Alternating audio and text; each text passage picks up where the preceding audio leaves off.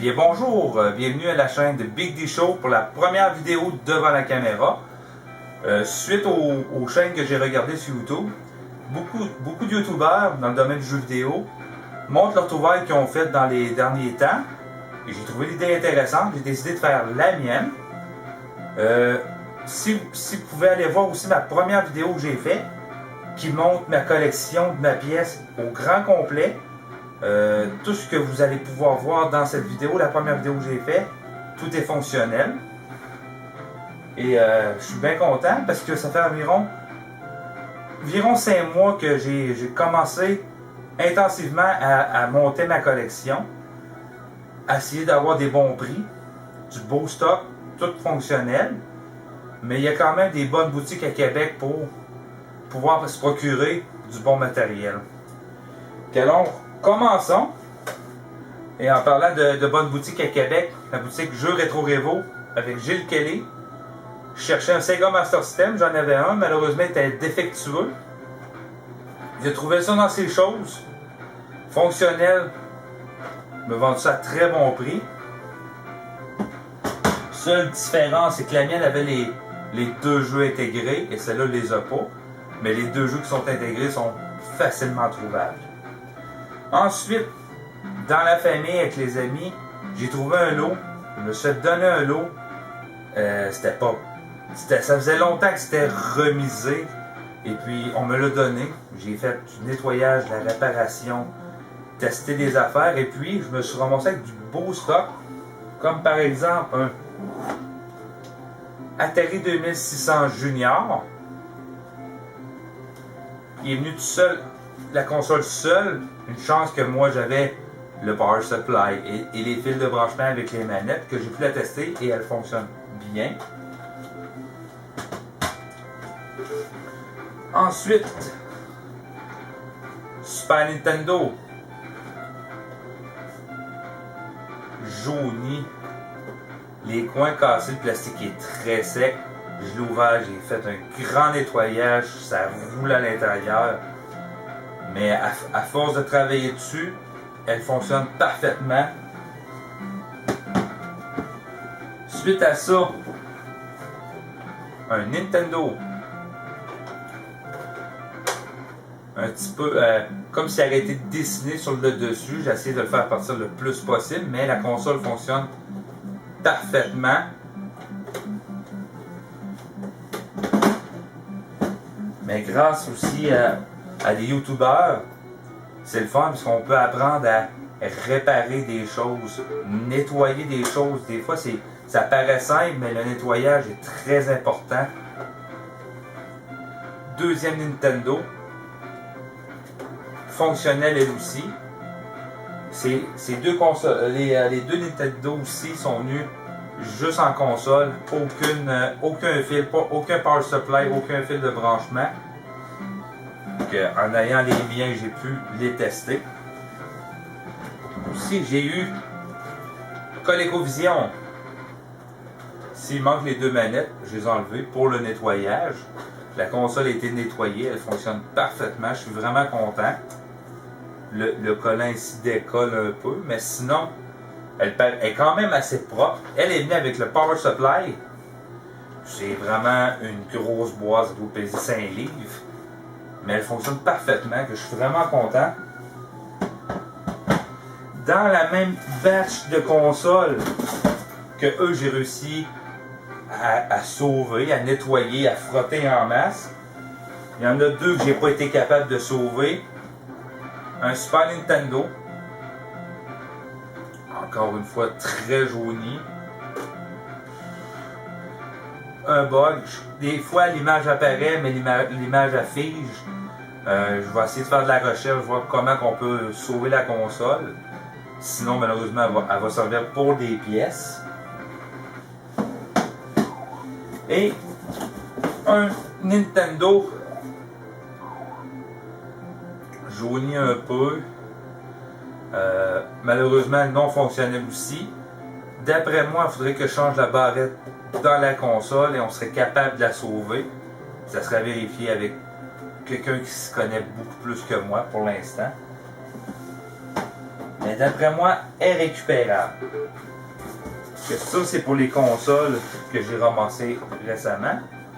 Ensuite, dans la même boîte de pêle-mêle qu'il y avait des consoles, j'ai vu ça à l'intérieur, une boîte du contrôleur du Sega Master System. Puis, la boîte est fripée, mais quand même, je suis content. Et à l'intérieur, il y avait le pad.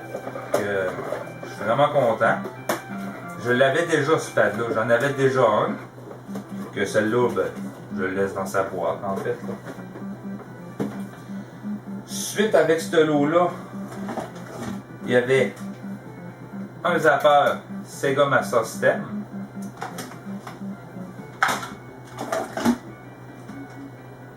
Une manette Super Nintendo qui était non fonctionnelle.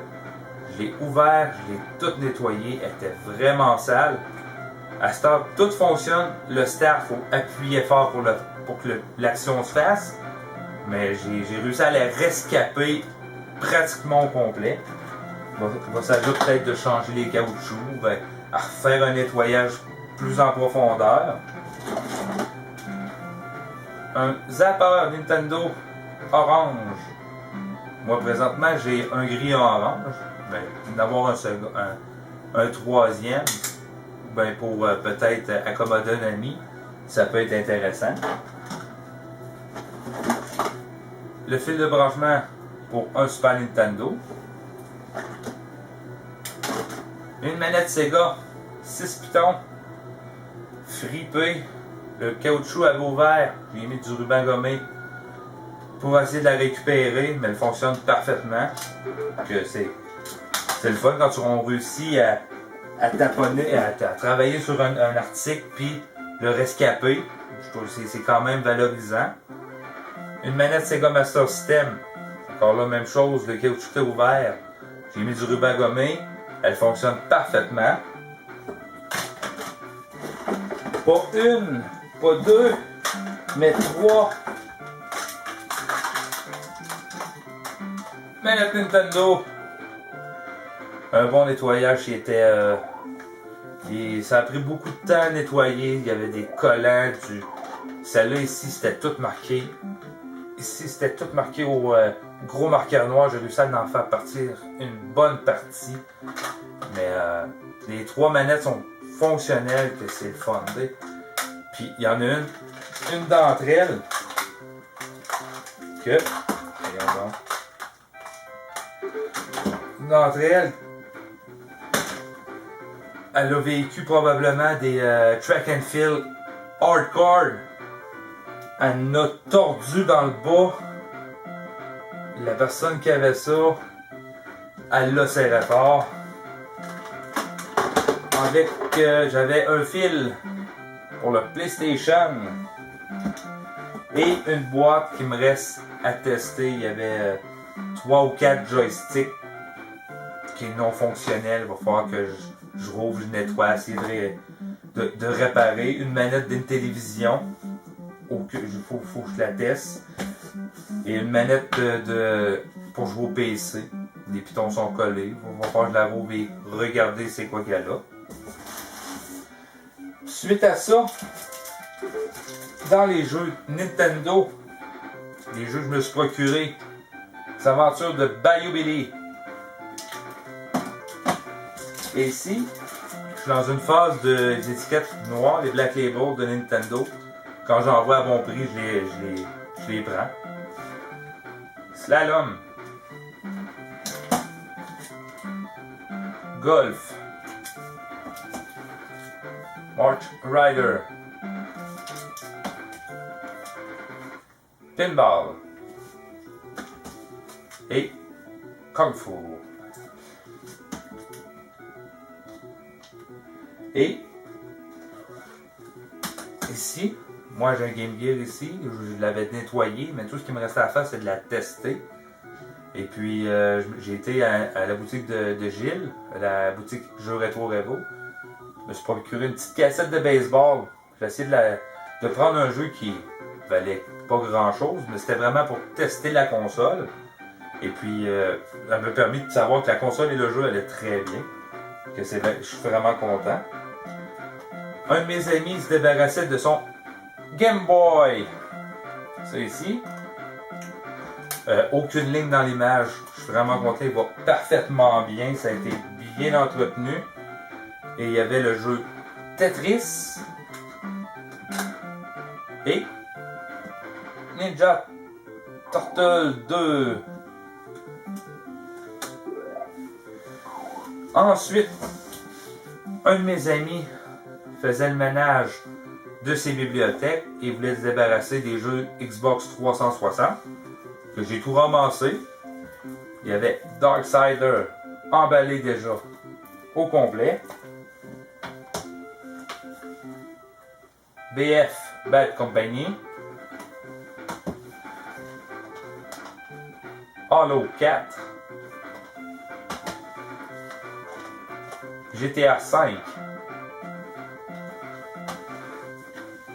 Banjo-Kazooie.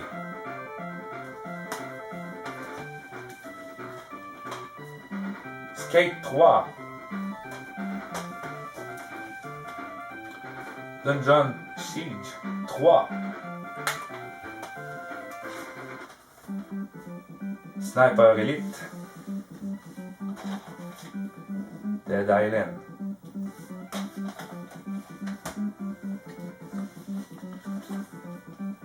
Darksider 2. Raiden Fighter.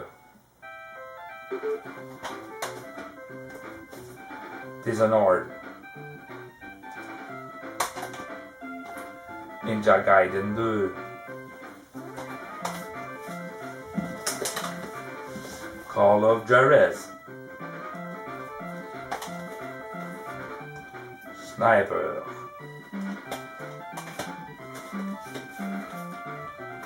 Le Darksider qui est déballé. Secret 2. Et Tomb Raider. Un excellent jeu, de toute façon. Mais le coffret avec la bande dessinée en parfait état. Je suis vraiment content. Et il y avait Far Cry 3 que j'ai prêté à un ami car je l'ai déjà passé au complet. Et c'est un excellent jeu. Il connaissait pas la licence. J'y ai prêté pour qu'il puisse s'amuser. Et près de chez moi, il y a une petite friperie. Et puis, je vois là régulièrement. Les prix sont quand il y a un petit peu d'inventaire, c'est minime. Mais quand ils ont de quoi, mais c'est à bon prix. J'ai pris PlayStation au PlayStation 1 Time 2. Sega Classic Collection.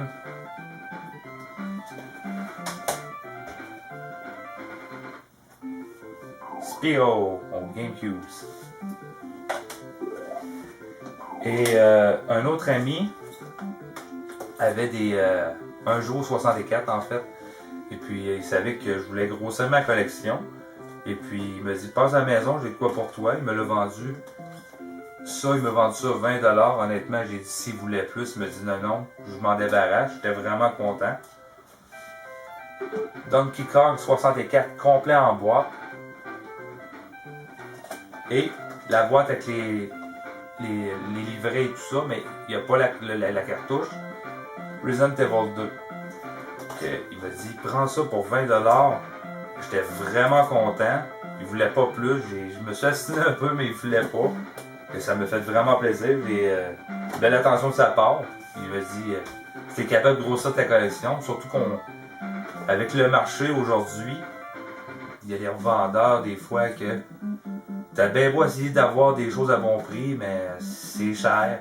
Mais comme Nintendo a dit dans une de ses émissions, une de ses vidéos qu'il a faites, c'est qu'il faut être patient.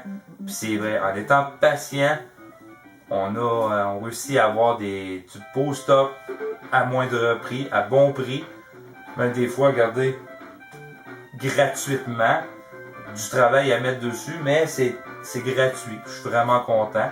Ça augmente ma collection, en fait, personnelle. Que si vous voulez voir ma première vidéo est accessible sur YouTube, Et puis celle-ci va être la suivante que je vais pouvoir mettre sur YouTube aussi. Et si possible, 5 abonnés pour la prochaine vidéo, j'aimerais vraiment ça.